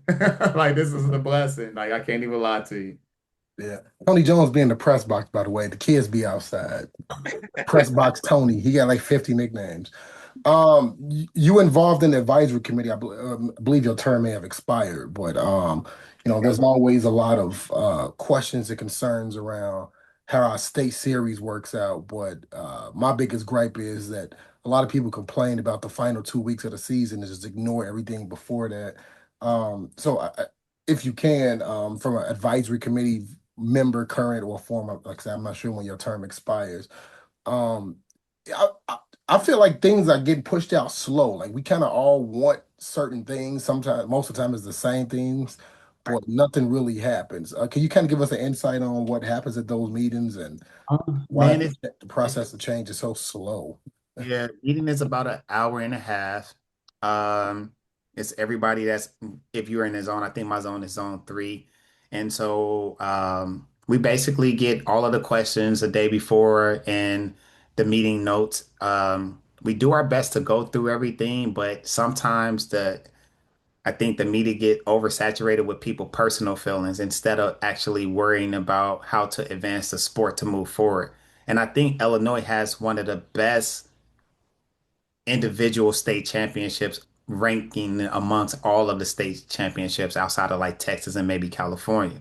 And so I feel like we're going in the right direction, but some things that make too much sense doesn't make sense for the committee and everybody else. So it's like they're stuck in this old way of doing things, and I'm on record saying this, so they're gonna feel some type of way, but I don't really care. It's like we have to advance with the sport. We cannot continue to hold the sport back as if you look at the times, all of the times getting faster. Last year, you had a preview of what 3A would look like. Look at this year. All Mhm. of those times are going to change. I think this year, we changed 13 of the 3A times. And it was like those times got faster this year. So the sport is getting faster. They say trackflation, right? But Hmm. I think coaches are getting smarter. The shoe technology is helping out a lot. Coaches are doing more coaching educating classes and going to conventions and actually meeting coaches. And then the internet and social media is powerful tool for track and field. Instagram, Facebook, and Twitter. So many people are dropping so many nuggets, and now you don't have to go to the library and research it. It's at the palm of your hand. And so also building those relationships. So everybody on the committee, I think we do a good job of um, really like presenting what's in front of us. My term ends this year. I think this is my end term. I would love to be on it for another couple of years and just be able to just be a vessel in a room. But I always tell people like, you can't complain about something if you don't show up to the meeting. You can't complain about something when you are the last person to fill out your IHSA school center stuff and you ain't going through your things. But if you want to get something to us, I always say send me the questions and I will send them to Craig. And then we could put the question on the document of what we want to go through. Or you can go through your athletic director, put it in the school center, create it as a proposal, and send it in. Like with all of the changes, there was like something that went out about like the research, and then somebody did all of the research for us and then sent it to the IHSA, and it made sense. But one of the things that we're really trying to push is having a rotating class of 1A, 2A, 3A on rotating the days on when people get those breaks. So for an example, I didn't started thinking about this until I was in 3A. We're running so much faster than 1A. Why don't we get the break? You know what I'm saying? So we're in 3A. 3A should go to 1A. 1A and 2A should be able to do it on the same day. And then next year should be 2A. But you have your people who say, well, the 1A schools are smaller, they don't have the money. It's the IHSA state series. You will find the money if we have to rotate it that way. But like last year got table. This year I voted to like, hey, let's get this out there. Let's see. But we voted on it. It was okay. It went to the board. I think they okayed it. And now we're waiting on Charleston, Illinois to catch up to us and say, hey, this is what we want to do. Can you accommodate these changes? And I think this year they wasn't able to accommodate those changes, but I haven't heard anything about it since. So in my last year, that's going to be one of the things that I want to push forward to say, hey, what happened with this? Because we voted on this. The EIU say that they wasn't able to accommodate these changes. And if so, that makes sense, but at least tell us that. And What, so our meeting um, comes out in September or October or something like that. So yeah. I'm, let me. Can I add? What do you mean? What do you mean? You're waiting for Charleston is to for to implement the changes. You just Well, mentioned they Charleston. have to be able to the infrastructure of EIU, they have to be able to accommodate what IHSA is saying. So like they are the university that is doing everything from whether it's hotel stay, room stay, and things like that. And so it's way bigger than what people make it seem because we can pass it, but EIU has to say that they can do it. And I don't think they were able to accommodate us this year based on the changes that we were asking because we were trying to get the sectional moved up or down. It was one or the other, but actually make the state meet more feasible for the athletes at the meet because that's what it's about, the athletes, right? And so when you're making so many changes to the time standards and the field standards, you have to be able to accommodate those athletes because the 3A teams feel that it's unfair that one day gets the day off. Oh, it is. It's completely unfair. It's super unfair when you look at the times, it doesn't make sense. But if we can get it to a friendly model, I think we'll be okay. But we also are doing like the Special Olympics state championships down there as well. So that also throws a wrinkle in the things that we are capable of doing. And people just need to have those conversations, not just at, the coaching conventions. Go to your athletic director and say, hey, we want to see these changes. Can you add it to the document? All they got to do is push it through and we see everything because it all comes through the school sports center. So if we Mhm. see it, we talk about it and we go on it, we vote on it. And then Craig does a great job of asking us if there's anything that we want to add or anything that we want to change and implement. And the board kind of gets the first round of what we are able to do. But those conversations have to be had. And those are uncomfortable conversations to people that are stuck in the past or want to be stuck in their ways. So I mean, I think the issue is everybody always says, well, if it ain't broke, don't fix it. Like I know things have come up about, having a true team championship. A lot of people don't want that additional week, but then I saw something more recent, whereas we can keep everything the same, but kind of score the prelims and things like that. But hell, I want to see some change. It took us 10 years to get the bushes cut down at the state meet. It took us 15 years to get win readings on the scoreboard because we get records announced all the time and the win be like plus 7.9. I'm like, dude, get it on the scoreboard. Um, Obviously the season's long for you. You mentioned your club training begins after Labor Day. You've added flag football, girls flag football, which is trended up. Actually, how many of your track girls do you make available for flag? Or do Everybody, you encourage everybody them? that's There not it is. involved in a fall or winter sport. So, Essence Bell did flag this year. Trinity did flag. The Mariana did flag. Most of our core girls did flag this past year. And it's a good sport. I don't know how long I'm going to stay in the sport because I'm definitely a track and field guy, but I love seeing Speed our training. kids being able to go out and do different things and become two sport athletes because I'm a believer in that if it makes sense. So many kids just want to be track and field kids. So that's what I want to like devote my time to. And that's why my off-season training with the Vipers start in September and then it starts in October for Kankakee because we have so many kids that are doing multi sports. You got basketball, soccer, now flag football, and then you go into volleyball. It kind of all clumps together, and I want to be able to devote my time to the athletes that are really, really trying to hone their skills in our sport because it's super important to me that they are multifaceted in what they do, that they can do different things, and so far it's been working, but with the flag changes and them moving the schedule up a little bit early, I'm gonna have a decision to make here in the next couple of days on what I'm going to do. So Mm. I don't know what that's going to look like, but I'm definitely praying on it. And if God say, "Hey, we want you to stay here for one more year or a couple of years," then I'll do it. But track and field is my go-to, so that's where I'm always going to be first. Yeah, you got nationals coming up at the end of July, kind of Mhm. like around that time frame, I'm assuming, right? Yeah, a lot Flag of football practices. It worked last year because it was moved down. This year, it's gonna be tough for us to get, because there's so many things going on in Kankakee, so many positive things. I love it for the kids, but with them, the IHSA moving that schedule up a little bit, oh man, it shifted everything. So our Mm. entire schedule for flag football has shifted. So yeah. It's getting national attention too, by the way. It is. Yeah, you mentioned, like I said, you started very early in the fall and it go through the summer. How do you decompress? How do you, what does it look like as far as your breaks of, getting away from coaching and traveling and all that stuff? What does that look like? You know what? I haven't really truly had a break in 16 years. I'm not even gonna lie to Woo. you. Started the Mm. Vipers on 2010. Our first national meet was in 2012. So it took 2 years to really get the program off the ground. And like my birthday weekend is always doing Illinois Junior Olympics, so I really don't have like to celebrate my birthday and things of that nature. Welcome to the club. The national meet is at the end. And so we go back to school like 2.5, 3 weeks after the national meet.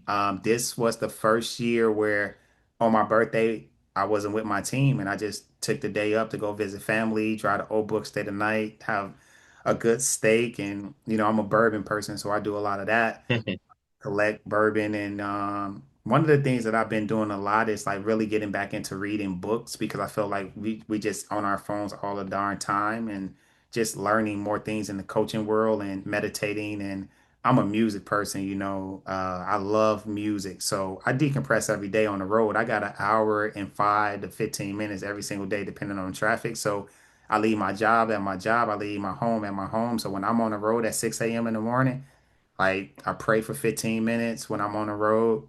And then when I'm coming home from practice in Kankakee, I just got my music up as loud as it can go for my ears and I listen to some of everything. And then when I get home, I just sit down and relax and I just be low, just taking a step back and just being low. And then I'm still pretty active, so I'm in the weight room a lot. Coaching helps that though. Like when you enjoy what you're doing, it's not even a job. You don't even have to decompress. It's just like I love lighting the kids up. I love seeing them come into practice and being ready to go. I love watching them grow from 7 years old to 18 years old and then go off and be great into the world. And I think like when you're having so much fun and you're winning and you're competitive, you never have to decompress. But lately, I've been spending more time with my daughter and my grandbaby. I love spending time with them and just being able to just be a father and a grandfather and just enjoy life. So this year, I'm really trying to get into taking some trips and things like that. I had tickets to the Jay-Z concert, Mm. but Region 7 is that weekend, so I can't go. Mm. I was Let really the looking assistants forward to handle it. it. I like it was like the Vipers Track Club or once in a lifetime Jay-Z, and I'm always gonna choose my club because it's my club, it's my program. I have to be there for them because that's what the expectation is. So, but I love trying to catch a concert and just do those type of things. So I enjoy that stuff. All right. Yeah, you come from as Tony mentioned, a talent-rich area in the time you ran in the early 2000s, the South suburbs. So you've seen it all. You've seen that perspective. Obviously, you've coached in multiple classes. You've seen athletes. So uh, in honor of America's 250th anniversary, Tony Jones is Bahamian. So I don't know if he Half Bahamian, yep. something like On my depends on mom's where side, you ask yep. him. Depends on your year you ask him. Mount Rushmore, that's one of the national monuments in Illinois, excuse me, in the United States. Who's your Mount Rushmore of track and field? This could be girls, boys, um, however you want to do it, but the only rule is you can't be any Kankakee Oh athlete. man. Again, just we don't want to dismiss that. We know the Naomis and the Moros and them, they've done some great things for you. Put some rings on your fingers, three of them, but we can exclude them right now. Okay. See, this would have been better if it was coaching because, like, I You can kind do of that know what my too. coaching is. You're a coaching and an athlete, your choice. Uh, Mm. if I was doing athletes, like, and this is tough for me because I didn't know who this person was until I started doing the research on this person. Like, Alexandria Anderson is the first person that pops to mind. She was the person that did it all, right? Undisputed. And I feel like when people get the opportunity to meet her and hear her accomplishments, that's dope. And then growing up, when I was going through the coaching, Shamir Little is the next person for me on the girl side because like we It's a ran good that jug saw 2 years in a row, and she's just an unstoppable force that nobody can touch at the and she did everything. 1, 2, 4, 100 hurdles, 300 hurdles. It's very rare that you have records in all of them, or you ran your fastest in all of Mhm. those races, right? And so when I look at that and I just look at those two as just like above all none. And then, like I also got the opportunity to see people like Charnay Crawford and what's the Mhm. triple threat girl, Shakina Jones from Waukee. And I think that's what Yeah, she Shaquille Jones. Yep. so Yeah, Shaquidia Jones, yep. I Yeah, think she was big. a triple threat as well. So I Yes, look sir. and then like I was also a fan of Parker English as well back in the day. Everston. Just so Alexandria Anderson and Little is on my girl side, on my boy side. Like, how can you not go with like Ryan Shields? That dude was freaking a monster. I hated seeing him or having to, hey, we got to race against Ryan Shields and Terry Mastrino. But Ryan Shields for me was that guy that I didn't know enough about, but respected as I looked at his total body of work. It was crazy. And then that if I'm doing two girls, two guys, it's tough. Like you know, you can go with Greg Foster, uh, Mm. Jamari Ward, Mm. Khalil Montgomery, and then also somebody like Marcellus Moore that I feel like out of those guys transcended the sport in their era. You know what I'm saying? Yeah. Like everybody know who Greg Foster is, and if you don't know, you should be like slapped in the face. But like Jamar Ward was doing crazy things in the jumps, right? Like crazy things in the jump, and then Khalil Montgomery, like that was just crazy. And then somebody I'm gonna throw out there because I know people don't think about these times, but Anthony Jones of Danville. Yes. Like he was really dominant. I think he's number two on the IHSA record board and when he ran 10-1. You know what I'm saying? So when you look at those people, it's kind of hard to pick from all of those guys, but Ryan Shields would be up there. And if I had to pick Another guy, I'm just gonna say Greg Foster because of what he did in the sport for the state of Illinois and outside of the sport for Illinois as well. So those will be mine. So Anderson, Little, Shields, and then Greg Foster. If I was picking the coaches, Hmm. I got to put Derek and Miss Dawson together. Like they got to be together. You got Yeah. Mount Rushmore together, and then I think Millsap got like a total of 10 championships, like They got a first lot of and them. second. Uh, Oh, gee, yes, sir. and then you know what? I'm gonna put because I just feel like you either love them or you hate them, but in this later years, you love them now. Boatwright deserves his flowers as well because ain't nobody been as he been pushing athletes out for so long and he's done so much for AAU, USA Track and Field, and just look at what he's doing just with all of his athletes across the board. And those would be so those that's one, two, three, Yep. and then That's an outstanding list, man. Barry Malloy would be my last person because Yeah. like, I think Miss Dawson got what, like 15 titles or something like that. Like, Mhm. and you put Derek, like that was the stable. That's who you wanted to be like. And then Millsap, Boatwright, and Malloy. I feel like those would be in my coaches. So We try to That's a get great Mills up one, on the man. show. Great. We've been trying That's for an awesome list, bro. thank you. Appreciate you and guys. we get you out here on this.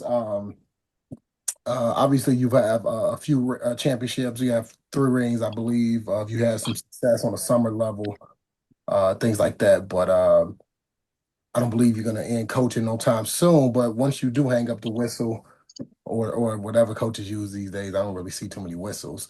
What would success have looked like in the eyes of you, whether that's the Vipers, Kankakee, or just coaching at home? What would success have looked like? Um, you know what? That's a hard question because I feel like I've accomplished everything at the youth and the high school level. I definitely am. One of my biggest goals is to be a collegiate coach at one point in my career. So I've had opportunities, but I just felt like Kankakee was the place to stay. I also I had like a few big opportunities that I wasn't ready for, so I felt like I wouldn't have gave my best. I've been offered a lot of jobs since like my state titles run. Even this year, I got like 5 offers, and Mm, it's like, do you want to go somewhere and rebuild, or you want to stay where you are and keep building? And so for me, I want to stay where I'm at and keep building because we have everything. If you come to Kankakee and you see what we have, and you go across some of these other schools, we are almost comparable in facilities to HF or like a New Trier because we have what we need for our athletes to be successful. We have an indoor track and field. We have 4 additional courts. We have a pool. We have a turf room and we have a weight room. That's everything that we need to be successful. You got a lot of high schools and a lot of colleges that don't have that. So I feel like just for me, success just looks like I've done it so much and um, at the I have over freaking 150 All-Americans at the USA Track and Field level, Coach of the Year, National Coach of the Year for Mhm. Positive Coaching Alliance and things of that nature, and 3 state titles, conference championships, and ever. The next thing will be for me is to get to the collegiate level and drop my head in there and help coaches win. And so whatever comes next is I do want to win another state championship or place in the top 3 to bring another trophy to Kankakee. I do want that to happen. I feel like we missed a year when we moved up to 3A and Naomi got hurt. I do know for a fact yeah. did not get hurt, we probably would have been in their top 3 and be competing with Huntley for that title. And it all depends. Like I'm not records are meant to be broken, so we never go after the state records and things like that. Like the year that we went 130 whatever in the girls 4x2, I felt like we could have definitely broke DeKalb's what was it Dunlap's record that I think St. Lawrence broke this year, but I don't chase the records. I just want to win because records are there for a short amount of time or a long time, but then when they broke, don't nobody remember that. So, but when you walk into Kankakee into the the field house and the K Center. You walk by the trophy case and you see those state championships, and my name is on all three of those trophies. So I am super proud of that, and that's what success looked like for me. So And there y'all have it. Marques Yeah. Lowe with those as Coach Lowe. years. All right, Coach, appreciate your time. This is episode 15, everybody. We'll get this up and out to you all, and be on the lookout for our episode 16 guests. They got a tough act to follow. Appreciate you guys. Thanks so much.